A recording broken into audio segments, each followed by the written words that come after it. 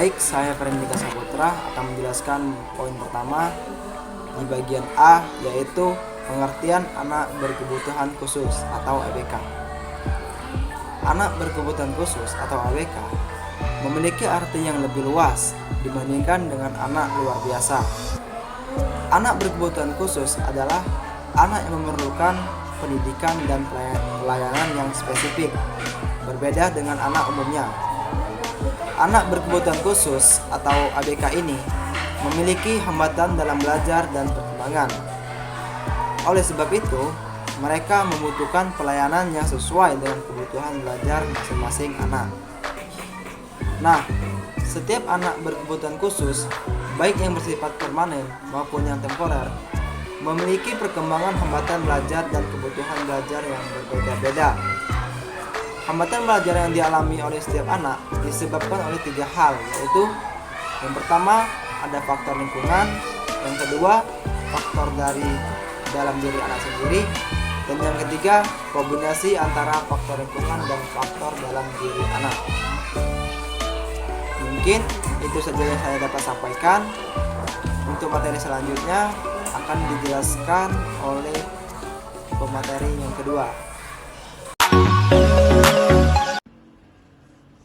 2. Jenis dan karakteristik anak berkebutuhan khusus.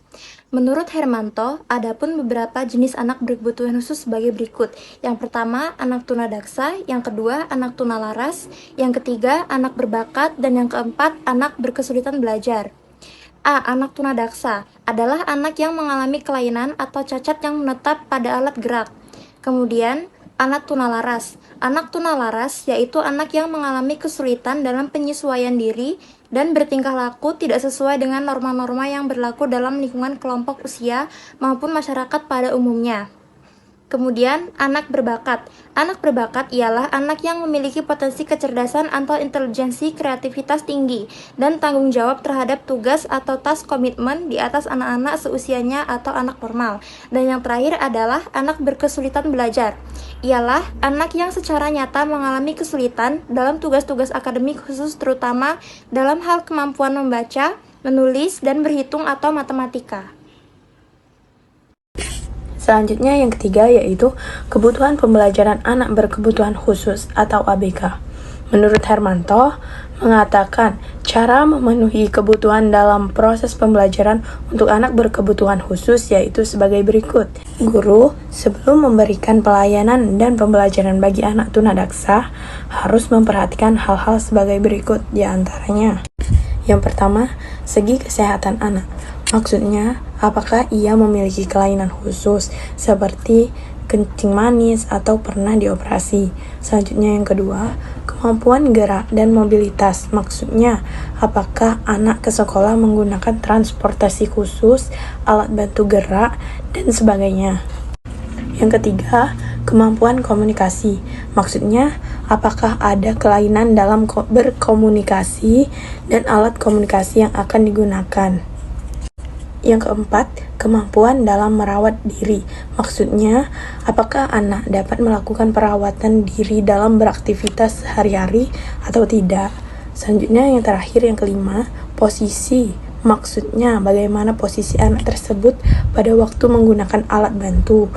Duduk pada saat menerima pembelajaran, waktu istirahat, di kamar kecil, saat makan, dan sebagainya. Klasifikasi anak berkebutuhan khusus.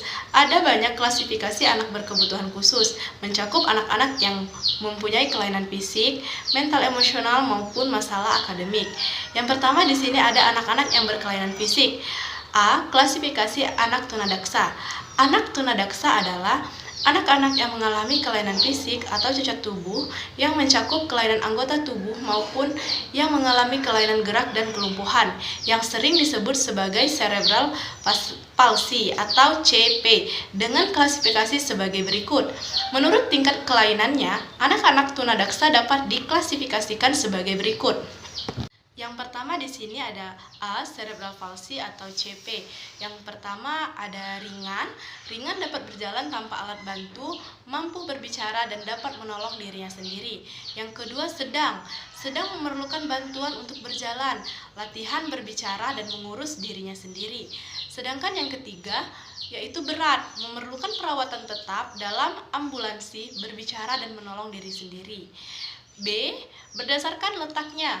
Yang pertama spastik, kekakuannya pada sebagian atau seluruh ototnya. Yang kedua dyskinesia atau gerakannya tak terkontrol, serta terjadinya kekakuan pada seluruh tubuh yang sulit digerakkan. Yang ketiga ada atasia atau gangguan keseimbangan koordinasi mata dan tangan tidak berfungsi dan cara berjalannya gontai. Yang keempat campuran yang mengalami kelainan ganda. Yang C, polio. Yang pertama ada tipe spinal, kelumpuhan pada otot-otot leher, skat dada, tangan dan kaki. Yang kedua, tipe bulbair, kelumpuhan fungsi motorik pada salah satu lebih saraf tepi yang menyebabkan adanya gangguan pernafasan. Yang ketiga ada tipe bulbifinalis, yaitu gangguan antara tipe spinal dan bulbair. Yang keempat ada encephalitis yang umumnya ditandai dengan adanya demam, kesadaran menurun, tremor, dan kadang-kadang kejang.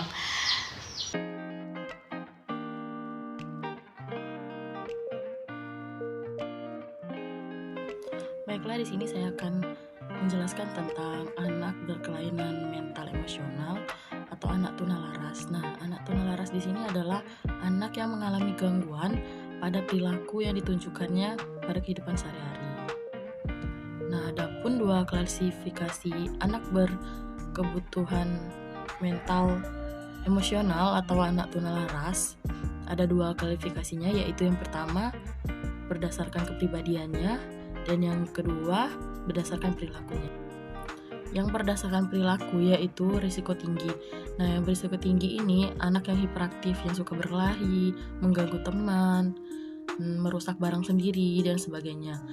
Kalau yang berisiko rendah itu adalah anak autis, anak yang mempunyai kecemasan, terus tuh ketakutan dan sebagainya.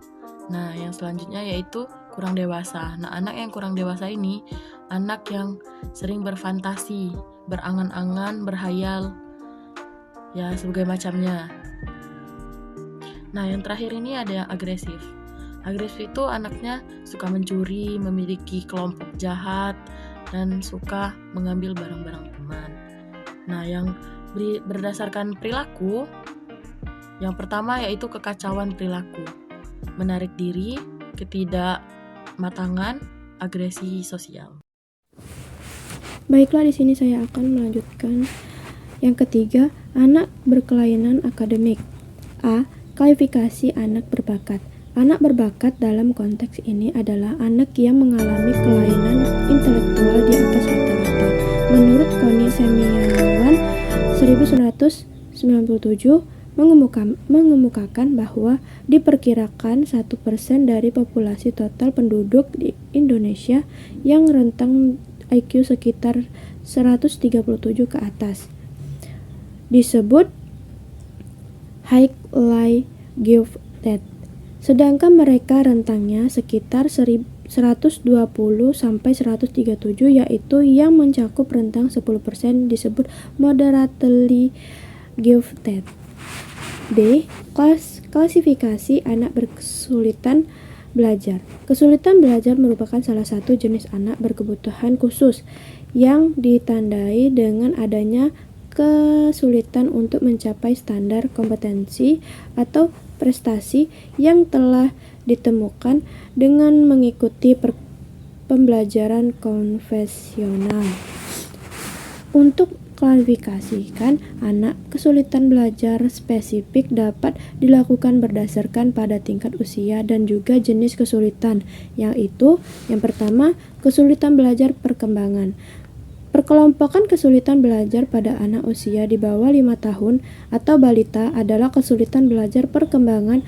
Hal ini dikarenakan anak balita belum belajar secara akademis, tetapi belajar dalam proses kematangan persyaratan akademis seperti kematangan persepsi visual, auditio, bicara, daya, diferensiasi, kemampuan sensori motor. Yang kedua, kesulitan belajar akademis anak-anak usia sekolah, yaitu usia di atas di 6 tahun masuk dalam kemotorikan kesulitan belajar akademik. Sekian presentasi hari ini. Saya ucapkan wassalamualaikum warahmatullahi wabarakatuh.